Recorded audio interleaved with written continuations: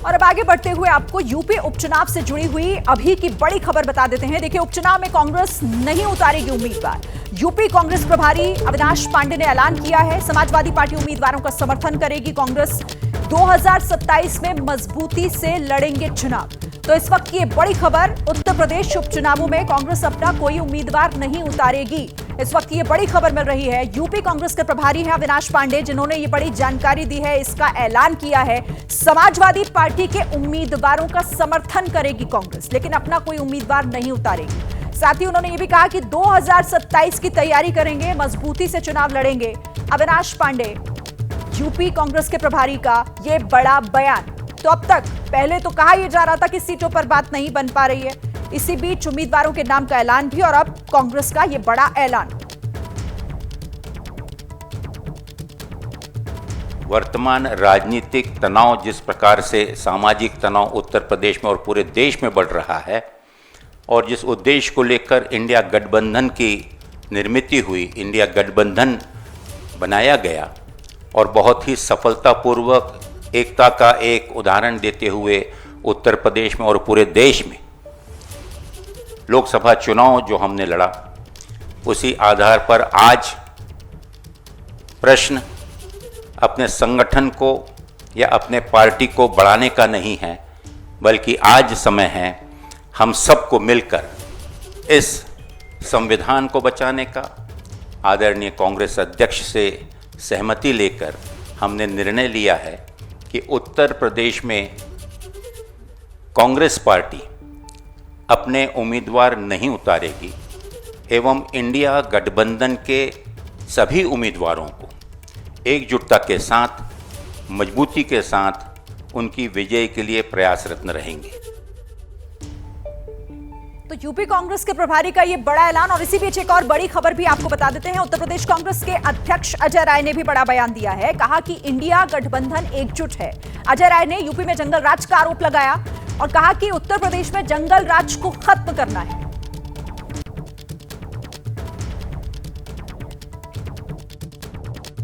मेरे साथ अजय राय जी हैं, उत्तर प्रदेश कांग्रेस के अध्यक्ष। कहा जा रहा है कि केवल 2 सीट समाजवादी पार्टी दे रही थी, जो आप लोगों को मंजूर नहीं था, और एक मैसेज देने के लिए आप लोगों ने अपने आप को पीछे खींचा है। नहीं, ऐसा नहीं। हम सब लोग मिलकर खड़े हैं, एक दूसरे के साथ कंधे से कंधा मिलाकर, आपस में एक दूसरे के साथ। आप देखेंगे चुनाव में, आपको खुद सामने आ जाएगा, प्रचार में हम सब लोग मिलकर काम करेंगे और इनको हराएंगे। अजय जी, लेकिन आपके कार्यकर्ताओं में एक निराशा है, और कई कार्यकर्ता तो ऑफ रिकॉर्ड ये कह रहे हैं कि कांग्रेस पार्टी क्या एनजीओ हो गई है कि सारी पॉलिटिकल एक्टिविटी करेगी, चुनाव नहीं लड़ेगी। सभी कार्यकर्ता, सभी नेता एकजुट हैं, सब एकजुटता के साथ काम कर रहे हैं, और निश्चित तौर से जंगल राज से मुक्ति हर आदमी। फैसला सर यूपी यूनिट का था या केंद्रीय ये पूरी तरीके से नीचे से बात लेकर हमारे जिले से, प्रदेश से और केंद्रीय नेतृत्व, ये ज्वाइंट पूरी तरीके से फैसला लेकर निर्णय लिया। अगर सर 3 या 4 सीटें सपा देती तब भी क्या आप नहीं लड़ते? निश्चित तौर से मैं समझता हूं कि आज जो अत्याचार अन्याय हो रहा है, उसके खिलाफ पूरी ताकत के साथ। आखिरी बात, 9 सीटें नहीं बट पाई, 400 सीटें कैसे बटेंगी 2000? अब देखिए, ये हम सब लोग, अभी पहला हमारा टारगेट है उपचुनाव में इनके अत्याचार अन्याय को, जंगल राज को खत्म करना, उस पर हम काम कर रहे हैं। तो गठबंधन मजबूत है, 2027 की तैयारी करेंगे, इस तरीके की बयानबाजी। लेकिन इसके पीछे की पूरी कहानी क्या है, समझने के लिए अपने संवाददाता जैनेंद्र का रुख कर लेते हैं। जैनेंद्र, अब ये अगर एक तरीके से कदम पीछे खींचा जा रहा है कांग्रेस की तरफ से, क्या माना जाए कि बात नहीं बन पाई, इस वजह से ये बड़ा फैसला कांग्रेस का? बिल्कुल, कांग्रेस जो है वो 4 सीटों से उसने बार्गेनिंग शुरू की थी, 4 से 3 पर आए, और जब समाजवादी पार्टी 2 पर अड़ गई तो कांग्रेस ने मन बनाया कि फिर चुनाव नहीं लड़ते हैं। देखिए, लोकसभा चुनाव में कांग्रेस और समाजवादी पार्टी के गठबंधन ने बहुत अच्छा प्रदर्शन किया। इसके बाद समाजवादी पार्टी ने इसे अपने सोशल इंजीनियरिंग को क्रेडिट दिया इसका, जबकि कांग्रेस का मानना था कि राहुल गांधी ने संविधान बचाओ सम्मेलन जो किए, मल्लिकार्जुन खड़गे दलित समाज से आते हैं, वो राष्ट्रीय अध्यक्ष कांग्रेस के, इस वजह से कांग्रेस को जो है वो दलितों का वोट मिला।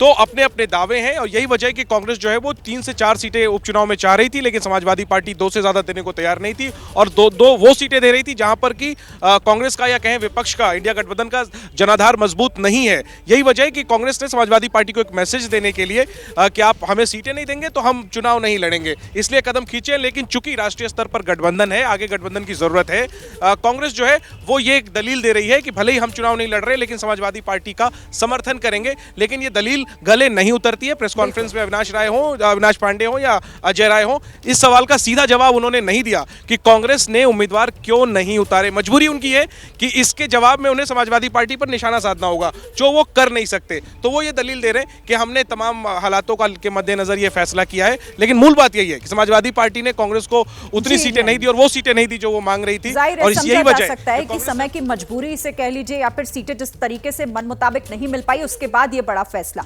आप रहिएगा हमारे साथ, इस पर बात हम करेंगे। लेकिन उत्तर प्रदेश उपचुनाव में कांग्रेस की तरफ से जो ये बड़ा फैसला लिया गया है, कोई उम्मीदवार नहीं उतारने के मुद्दे पर, समाजवादी पार्टी के नेता उदयवीर सिंह का कहना है कि कांग्रेस के साथ समाजवादी पार्टी का गठबंधन है और दोनों पार्टियां मिलकर चुनाव लड़ेंगी। शीर्ष नेतृत्व ने जो कुछ तय किया है उस पर सभी लोग अमल करेंगे।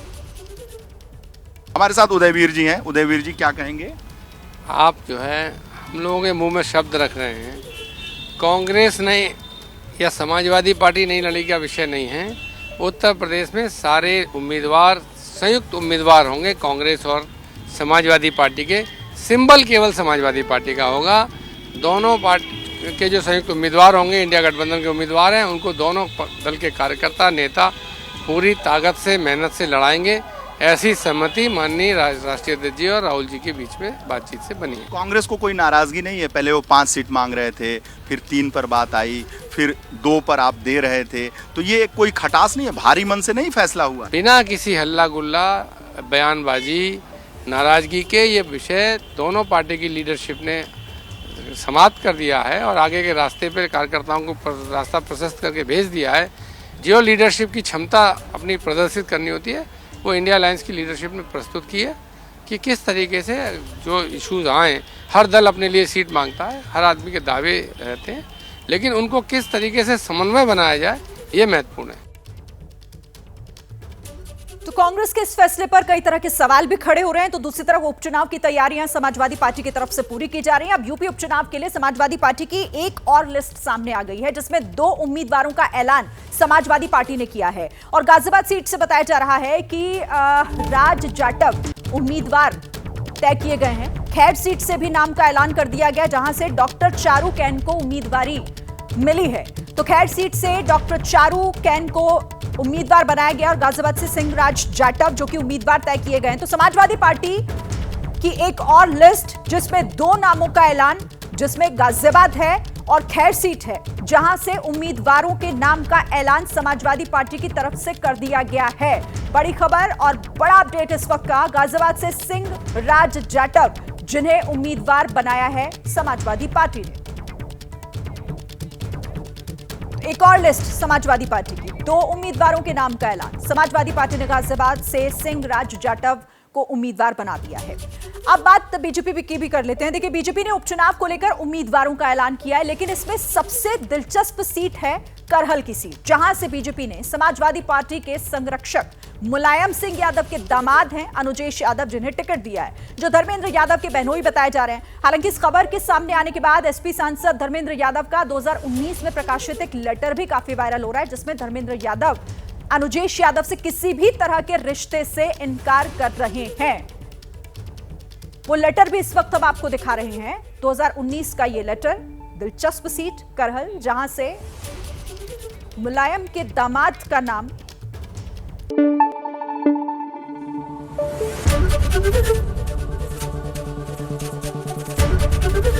एबीपी न्यूज आपको रखे आगे।